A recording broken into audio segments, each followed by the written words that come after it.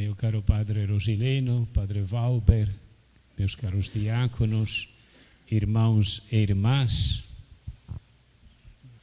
O protagonista da página do Evangelho que nós acabamos de ouvir é Simão Pedro.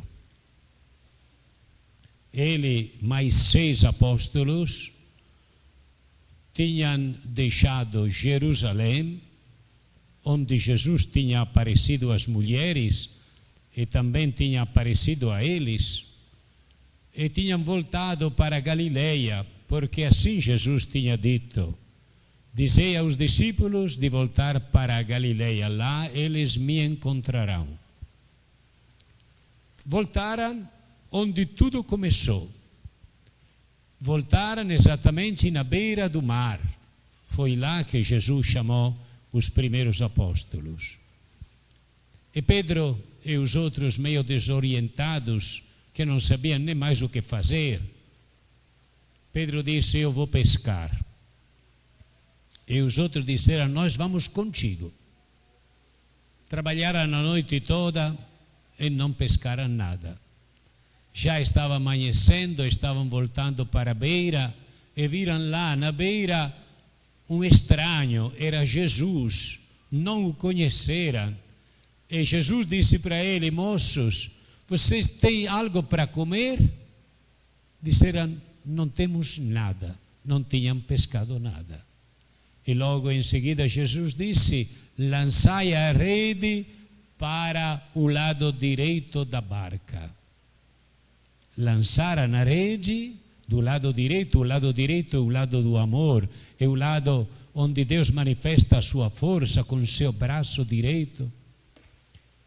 E a rede ficou cheia de tantos peixes que não conseguiam nem puxá-la para fora das águas. Ao que o discípulo amado, o único que acompanhou Jesus até o fim, até a cruz, logo ele disse: é o Senhor. E diante destas palavras, Simão Pedro se jogou nas águas e nadando foi até a beira, ao dizer: é o Senhor. Nesta semana, na quarta-feira, começa o conclave, onde os 133 cardeais eleitores são chamados a escolher aquele que vai continuar a missão de Pedro. E aquele que for escolhido, ele tem que dar o seu sim. Poderia até dizer que não.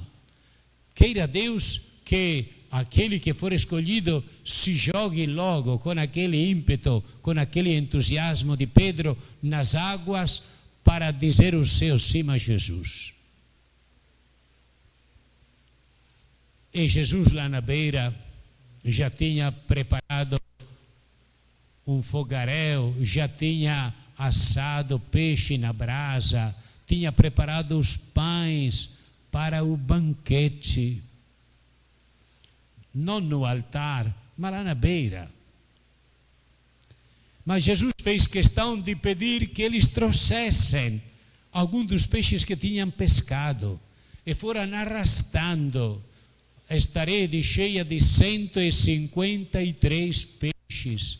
153, o número do tipo de peixes catalogados naquele tempo, para dizer que para o banquete que o Senhor prepara para nós, Ele quer que todos participem deste banquete, todos.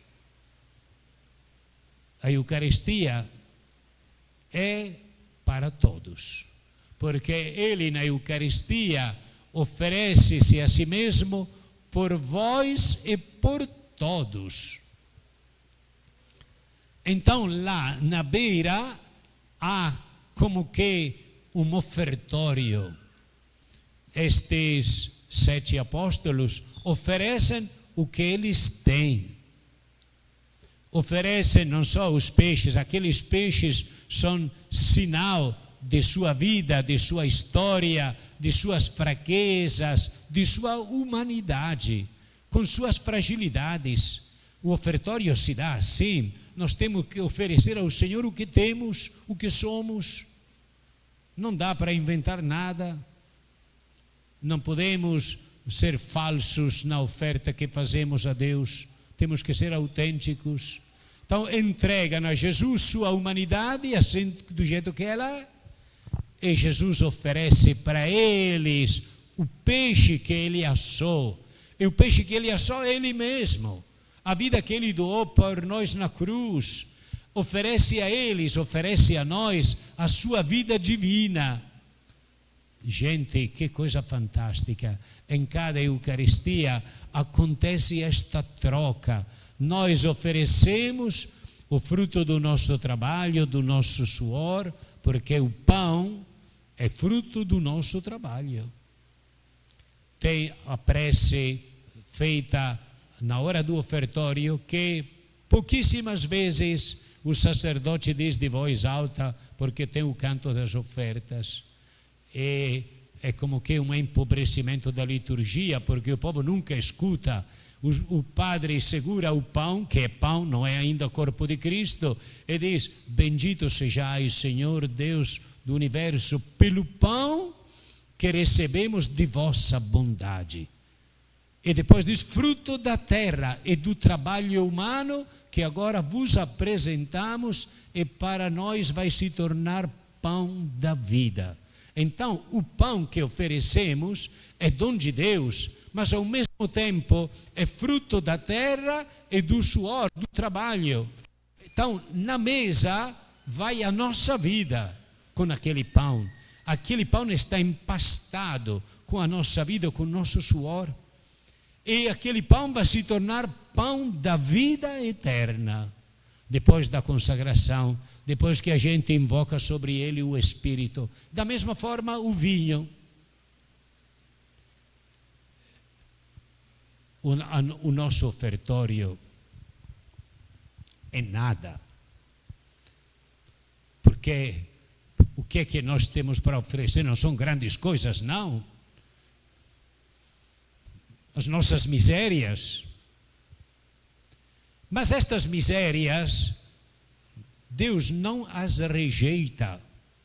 Quando nós oferecemos o que somos e temos, junto com a oferta que Jesus faz de si ao Pai, então o nosso nada se torna tudo. A nossa fraqueza e também as nossas infidelidades desaparecem. Que bonito. Nós, no ofertório, pegamos carona. É Jesus que em cada missa se oferece ao Pai. Ele se ofereceu uma vez por todas, lá no altar da cruz. O verdadeiro altar não é este, é a cruz. É lá que ele se ofereceu. Mas aqui renovamos este sacrifício de Jesus. E em cada Eucaristia, nós nos unimos ao sacrifício que Jesus faz de si mesmo ao Pai. O que é que agrada a Deus? É a oferta do seu Filho.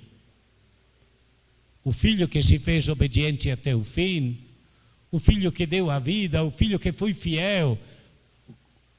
O Pai, olhando para Jesus, disse: este é o meu Filho amado, é a minha alegria. Que bonito.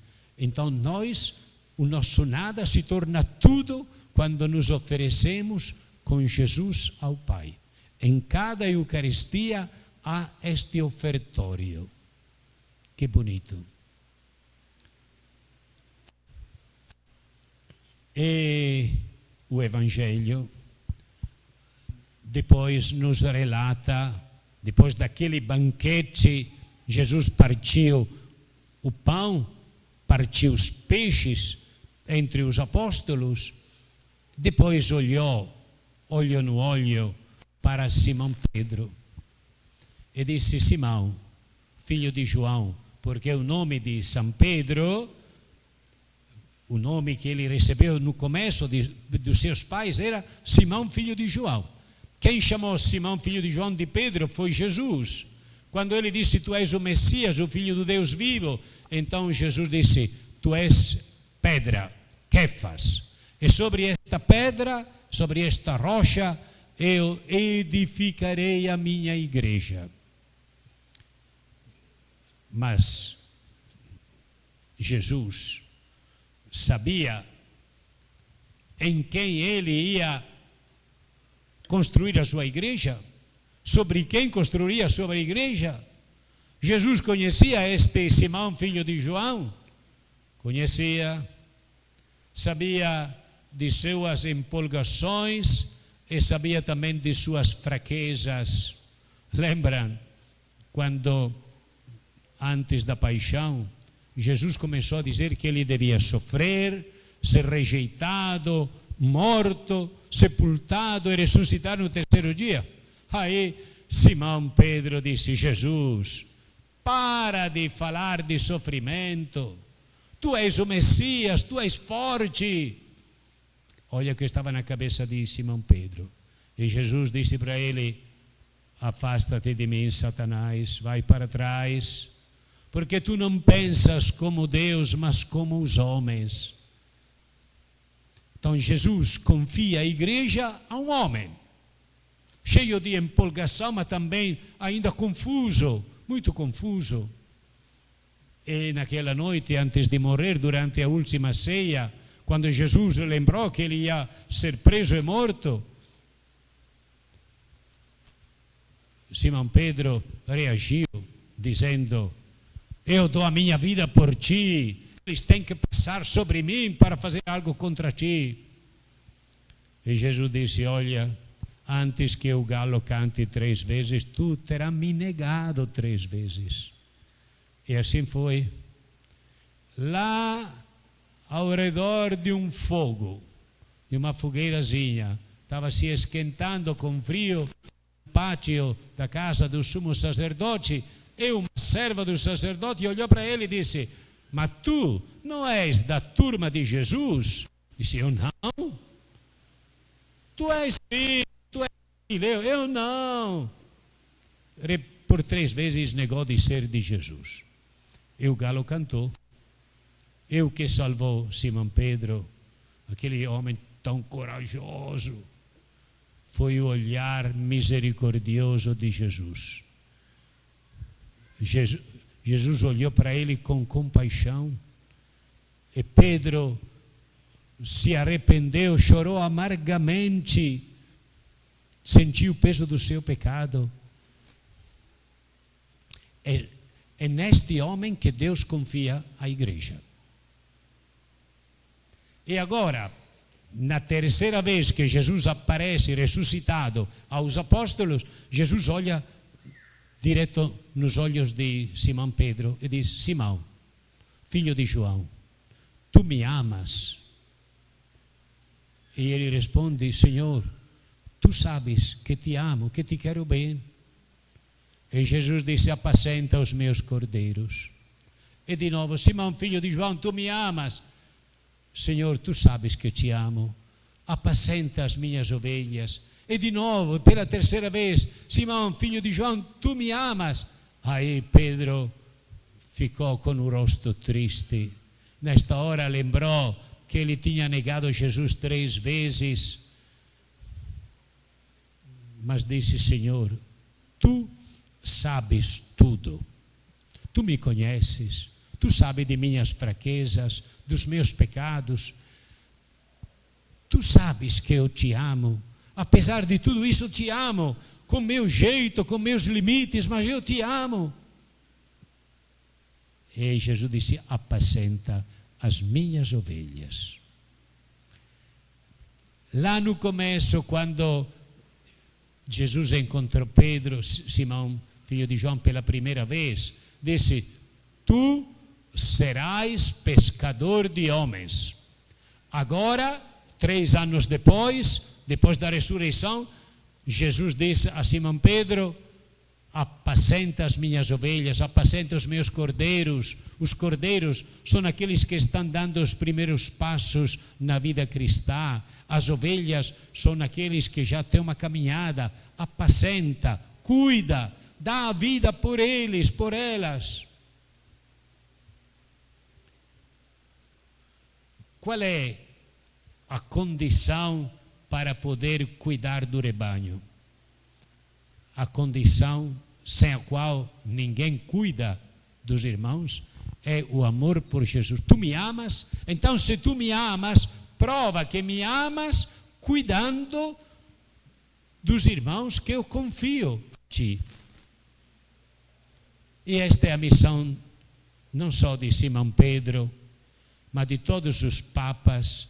Foi do Papa Francisco, será a missão também do novo Papa. A missão é pescar e pastorear. Pescar nas águas mais profundas, aqueles que estão mais distantes, ir atrás e depois cuidar, acompanhar, se aproximar. Vejam, quem fica parado,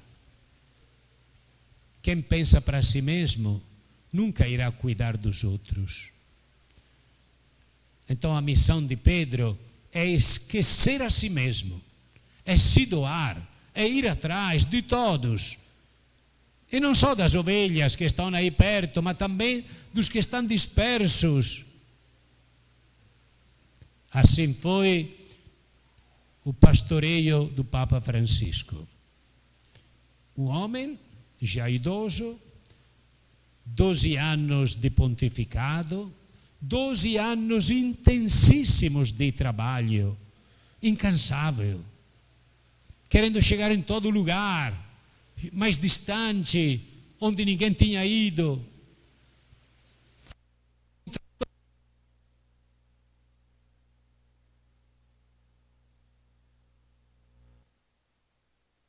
Porque Deus é Pai de todos, porque Ele faz chover sobre os bons e os maus. Deus não olha só para nós, olha para todos.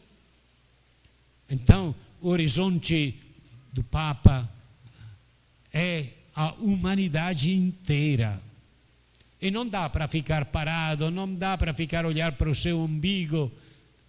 Tem que se preocupar com os outros. E de onde o Papa recebe a força?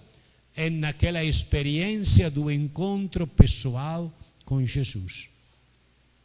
Assim como Jesus amanhecia, madrugava diante do Pai, na intimidade do Pai, e aí tinha força para enfrentar a missão, assim também o Papa, mas assim também o bispo, o padre, cada um de nós, vocês, porque não é só Pedro que deve pastorear, não é só o bispo, o padre que deve pastorear, mas cada um de nós.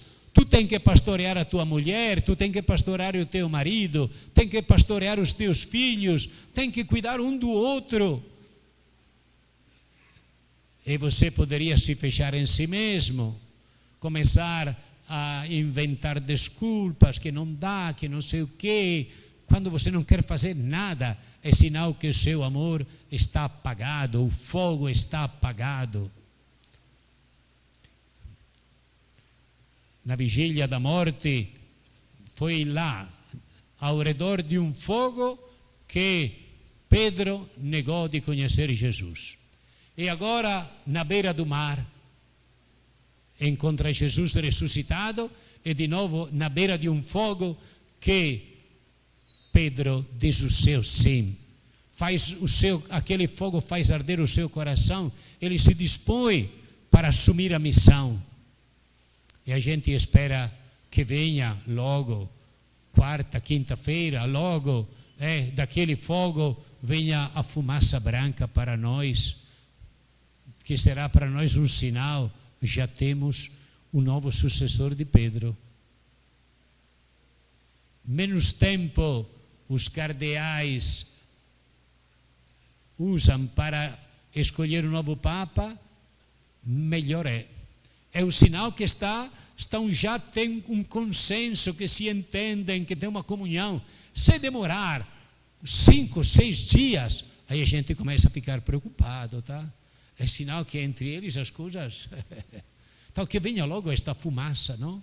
Esta fumaça branca, que é fruto de quê? De ser um só coração, uma só alma. Então não é só Simão que deve pastorear, não é só o Papa, e nós temos que agradecer o Papa Francisco, incansável, até o fim,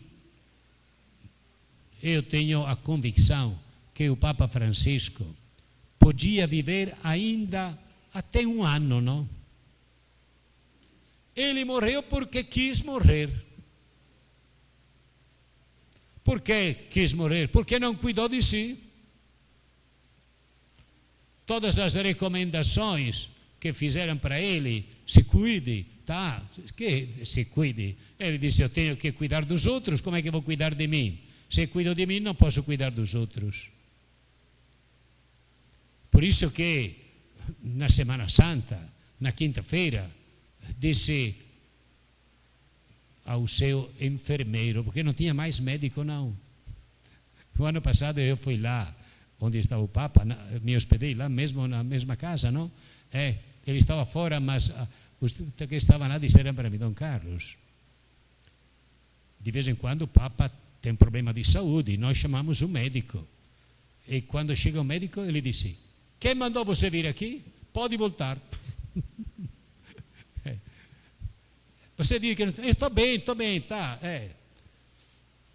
Ele tinha um médico oficial, responsável, mas em 2022 o médico se demitiu. Disse, eu não quero ter a responsabilidade que aconteça alguma coisa para o Papa, porque eu digo que ele não pode fazer isso, que não pode fazer aquilo, ele não escuta. Ele diz que tem que trabalhar. E aí, depois que aquele médico se demitiu, ele disse, não vou escolher mais médico nenhum, não. Escolheu o enfermeiro. Imagina se o enfermeiro vai dizer ao Papa, você não pode, não deve, não sei o quê. Então, naquela quinta-feira santa, ele disse, você acha que posso ir na penitenciária visitar os doentes, visitar os presos?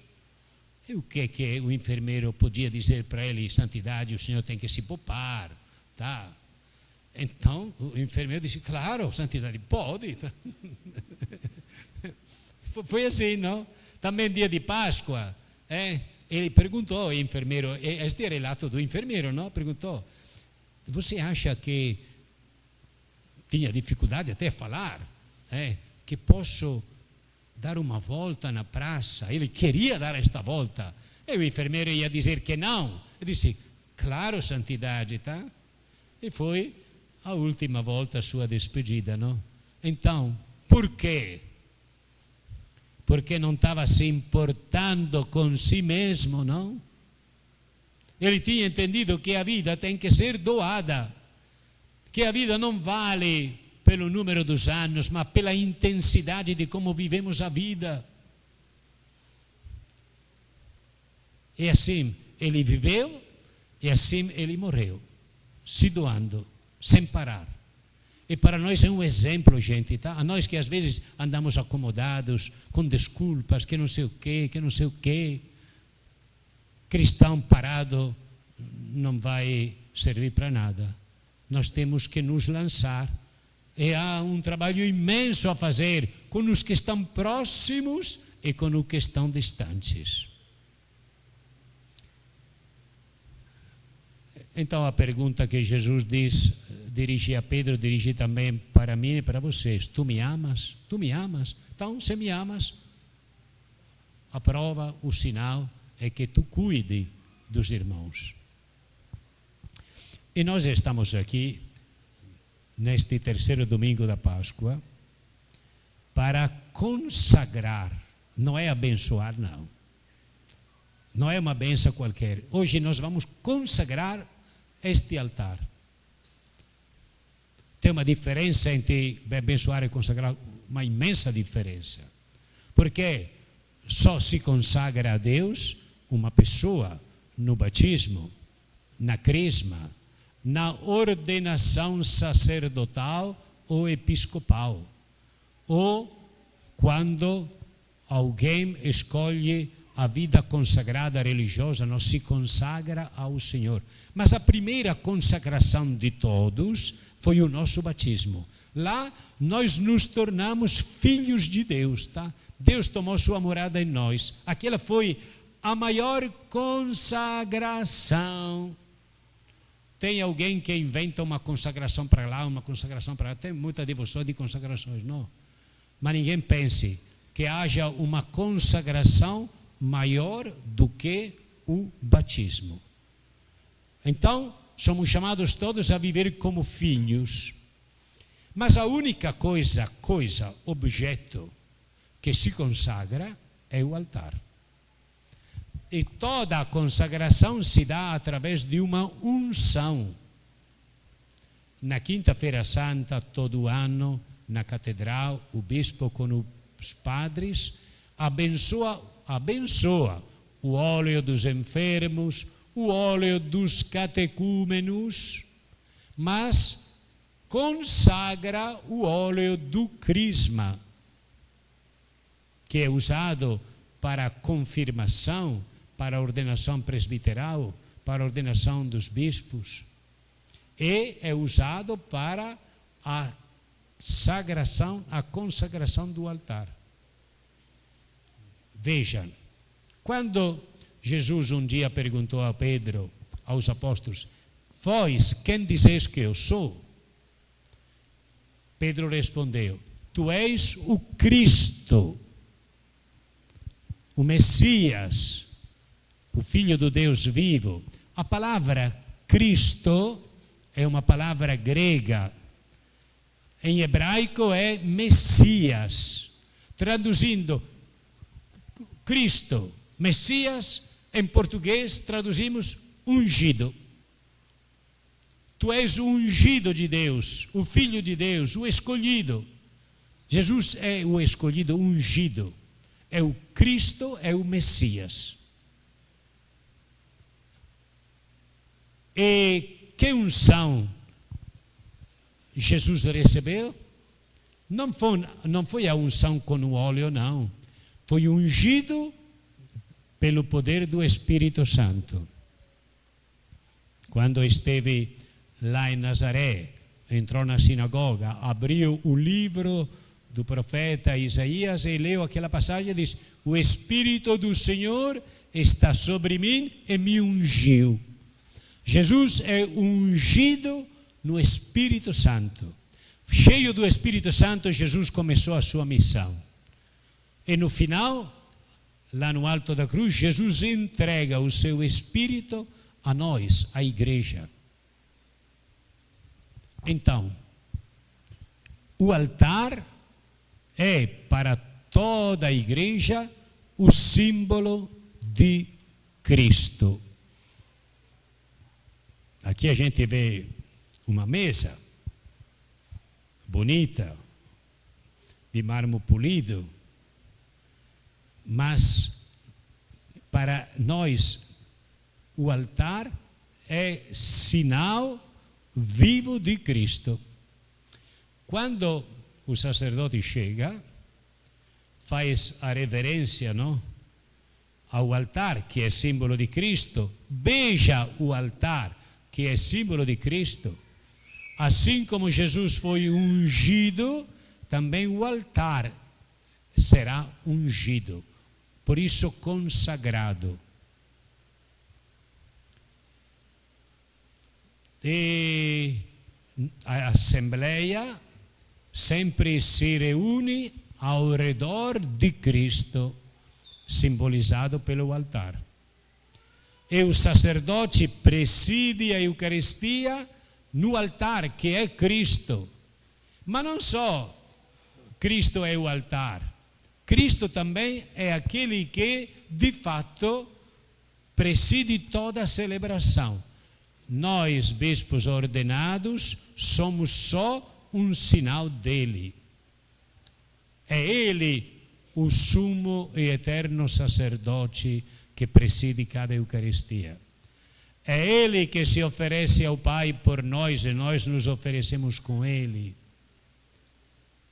Ele não só é o altar, Jesus não só é o sacerdote, mas ao mesmo tempo ele é a oferta, ele é a vítima, ele é o cordeiro.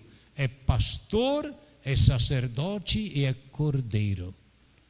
Olha que mistério tão grande que se dá ao redor do altar, a partir do altar. Em cada Eucaristia sobe para o Pai as nossas preces. Jesus leva tudo que somos ao Pai.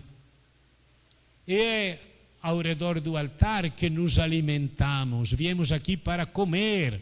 A mesa é para comer. Nos alimentamos do corpo do Senhor. Sem nos alimentar dele, a nossa fé enfraquece, o amor por ele vai cada vez mais diminuindo. E nos reunimos ao redor do altar para louvar o Senhor com Jesus, com os anjos, com os santos. E nos reunimos ao redor do altar para ser uma comunidade unida, não dividida, deixando de lado as briguinhas, os ciúmes, tudo isso.